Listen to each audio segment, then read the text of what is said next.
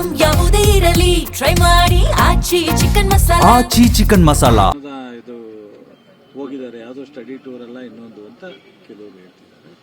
So ಯಾಕೆ ಆಮೇಲೆ general ಆಗಿ ಈಗ ಹೋದ್ರೆ ನಾವು ಅದನ್ನೆಲ್ಲ ನಾವು ಹೆಂಗೆ ಈ ಅಸೆಸ್ ಮಾಡಿ ಸುಮ್ಮನೆ ಏನೋ ಒಂದು ರಿಯಾಕ್ಟ್ ಮಾಡೋದು ತಾವೆಲ್ಲ ಯಾಕೆ ಇದನ್ನು ಬೆನ್ನತ್ತಿದ್ರೋ ನನಗೂ ಗೊತ್ತಿಲ್ಲ. ಅಲ್ಲ ಬಣ ಬಡಿದಾಟ ಅಂತ ಚರ್ಚೆಗಳು ನೋಡ್ರಿ, ಕಾಂಗ್ರೆಸ್ಸಲ್ಲಿ ಯಾರು ಎಷ್ಟೇ ಬಡ್ದಾಡಿದ್ರು ಬಣ ಇಲ್ಲ. ಅಲ್ಟಿಮೇಟ್ ಸಿದ್ದರಾಮಯ್ಯನವರು ಡಿಕೆನು ಕೈ ಜೋಡಿಸ್ತಾರೆ, ಚೆನ್ನಾಗಿರ್ತಾರೆ. ಅಲ್ಲಿ ಇಲ್ಲಿ ನಮ್ಮಂಥವ್ರು ಅವರಂಥವ್ರು ಯಾರೋ ನಿಮ್ಮ ಟಿ ವಿಯವರು ನಮ್ಮನ್ನೆಲ್ಲಾನು ಕೇಳಿ ಕ್ವೆಶ್ಚನ್ ಮಾಡಿ ಏನು ಆನ್ಸರ್ ಮಾಡಿದ್ರು ಒಂದೇ ಕಾಂಗ್ರೆಸ್ಸು, ಒಂದೇ ನಾಯಕತ್ವ, ನೆಹರು ಫ್ಯಾಮಿಲಿ, ಖರ್ಗೆ ಫ್ಯಾಮಿಲಿ ಅಷ್ಟೇ ಬಿಟ್ಟರೆ ನಮ್ಮಲ್ಲಿ ಏನು ಹಿಡಿಯಲ್ಲ. ದಯಮಾಡಿ ಒಂದು ತಿಳ್ಕೊಳ್ಳಿ, ಇವತ್ತು ಬರೆದು ಇಟ್ಕೊಳ್ಳಿ. ಸಿದ್ದರಾಮಯ್ಯನವರು ಡಿ ಕೆ ಅವರು ಇದೇ ಥರ ಇರ್ತಾರೆ. ಯಾವಾಗ ಏನು ಅಧಿಕಾರ ರೀಶಫಲ್ಲು ಅಧಿಕಾರ ಚೇಂಜು ಅದು ಹೈಕಮಾಂಡಿಗೆ ಬಿಟ್ಟಿತ್ತು. 28 ಚುನಾವಣೆನ ಅಣ್ಣ ತಮ್ಮದಿರ್ತಾರೆ, ಅವ್ರ ಇಬ್ಬರು ಲೀಡರ್ಶಿಪ್ಪಲ್ಲೇ ನಡೆಯುತ್ತೆ. ದಯಮಾಡಿ ನೀವು ಬೇರೆ ಯಾವ್ದಾರ ಪ್ರೋಗ್ರೆಸಿವ್ ವಿಚಾರ ತಗೊಂಡು ಎಲೆಕ್ಟ್ರಾನಿಕ್ ಮೀಡಿಯಾ ಮಾಡಿದ್ರೆ ನಿಮ್ಮ ಟಿವಿಯ ವರ್ಚಸ್ಸು ವ್ಯಕ್ತಿತ್ವ ಜಾಸ್ತಿ ಆಗಿದೆ. ಸರ್, ವಿಧಾನಸೌಧದಲ್ಲಿ ಈಗ ಮಾಧ್ಯಮಗಳಿಗೆ ನಿರ್ಬಂಧ ಹಾಕುವಂತ ಕೆಲಸ ಮಾಡಿದ್ರು ಸರ್. ಹೇಳಿದ ಕಡೆನೇ ತಗೊಳ್ಬೇಕಂತ ಬೈಟಿನೆಲ್ಲ ತಗೋಬಾರ್ದು. ಏನಾಗುತ್ತೆ, ಈಗ ಮೊನ್ನೆ ಹಾವೇರಿನಲ್ಲಿ ರೋಡ್ ಫಂಕ್ಷನ್ ಮಾಡಿ 1 ಲಕ್ಷ ಜನ ಹೆಚ್ಚು ಜನ 1 ಲಕ್ಷ ಖಾತೆ ಕೊಟ್ಟು ಮಾಡಿದ್ರೆ ನೀವೇನು ನೋಡಿದ್ರಿ, ಇಬ್ರು ಕೈ ಕೊಡಲಿಲ್ಲ, ಇಬ್ರು ಮತ ತೊಟ್ಟಿಲ್ಲ, ಈ ರೀತಿ ಇವರೆಲ್ಲ ಅದೇ ಆಯಿತು.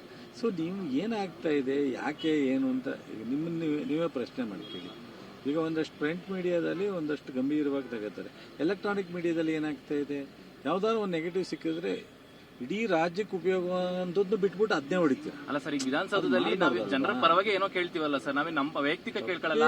ಇಂಥ ಕಡೆನೇ ಬೈಟ್ ತಗೊಳ್ಬೇಕಂತ ನಿರ್ಬಂಧ ಹಾಕೋದು ಎಷ್ಟು ಮಟ್ಟಿಗೆ ಸರಿ ಅಂತ ಸರ್? ಅದನ್ನಾಯ್ತು, ಯಾರಿದೆ ನಮ್ಮ CM ಸಾಹೇಬ್ರು ಹೇಳಿದ್ದಾರೆ, ಯಾರು ಹೇಳಿದ್ದಾರೆ? ಸಿಬ್ಬಂದಿ ಮತ್ತು ಆಡಳಿತ ಸುಧಾರಣೆ ಇಲಾಖೆಯಿಂದ ಆಡಳಿತ ಸುಧಾರಣೆ ಅವ್ರಿಗೆ ಯಾರಿನ ಡೈರೆಕ್ಷನ್ ಬಂದಿದೆಯೋ ಗೊತ್ತಿಲ್ಲ ನನಗೆ.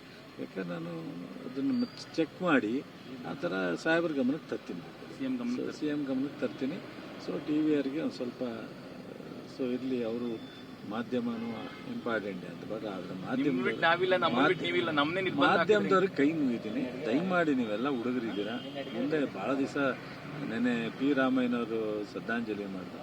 ಅವರು ಒಂದು ಬರೆದ್ರೆ, ಒಂದು ರೈಟಿಂಗಲ್ಲಿ ಬರೆದ್ರೆ ಕೇಂದ್ರದಿಂದ ಕಾಂಗ್ರೆಸ್ ಆಗಲಿ BJP ಆಗಲಿ ಡಿಸಿಷನ್ ತಗೊಳ್ತಾರೆ. ಅವ್ರು ಒಂದು ಬರೆದ್ರೆ ಕ್ಯಾಬಿನೆಟ್ಗೆ ಹೋಗೋಕ್ಕೆ, ಅಸೆಂಬ್ಲಿಗೆ ಹೋಗೋಕ್ಕೆ ಭಯಪಟ್ಟು ಹೋಗುವಂಥ ಪರಿಸ್ಥಿತಿ ಇತ್ತು. ನಿಮ್ಮಲ್ಲಿ ಬಂದರೆ ಆ ಥರ ಇರಬೇಕು. ದಯಮಾಡಿ ನನ್ನ ರಿಕ್ವೆಸ್ಟ್, ನಾನು ನಿಮಗೆ ಹೆಂಗೆ ಮಾಡಿ ಅಂತ ಹೇಳೋಕ್ಕೆ ನನಗೆ ನಿರ್ಬಂಧ ತೆಗೆಸ್ತೀರಾ ಸರ್? ಹೋಗ್ಲಿ, ನಮ್ಗೆ ಮಾತಾಡ್ತೀನಿ ಸಾಹೇಬ್ರ CM ಅವ್ರ ಹತ್ರ ಮಾತಾಡ್ತೀನಿ ಸರ್. ಖಂಡಿತ ಸಾಹೇಬ್ರ ಹತ್ರ. Yes sir, thank you.